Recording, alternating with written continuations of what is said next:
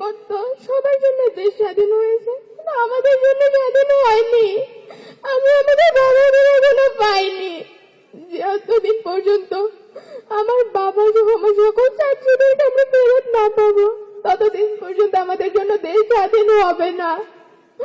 আমরা এই স্বাধীন দেশে হাঁটতে পারবো না, ততদিন পর্যন্ত বলবো না আমরা স্বাধীন, কারণ আমরা আমার বাবাদেরকে পাইনি, আমরা তাদের হাতটা ধরতে পারিনি। আমাদের হাজারো কথা, হাজারো স্বপ্ন, হাজারো ইচ্ছে মাটি চাপা পড়ে গেছে। বাবাকে নিয়ে হাজারো কথা ছিল, যা বাবাকে বলা হয়নি, সুযোগ পাইনি বাবাকে বলার। বাবাকে যখন এই কথাগুলো বলবো, বাবাকে তখন থেকেই নাই, কাকে বলবো কথাগুলো? বাবা নামক বটগাছের ছায়াটা আমাদের মাথার উপর নাই। আমি আশা করব তারেক রহমান এই সেই বটগাছের ছায়াটা হয়ে আমাদের পাশে থাকবে। আমার এতটুকুই চাওয়া চাচ্চুর কাছে, তিনি আমাদের পাশে থাকুক, আমাদেরকে একটু দেখুন। আমরা বেশি কিচ্ছু চাই না, আমরা শুধু বাবার আদরটুকু চাই, আর কিচ্ছু আমাদের প্রয়োজন নেই।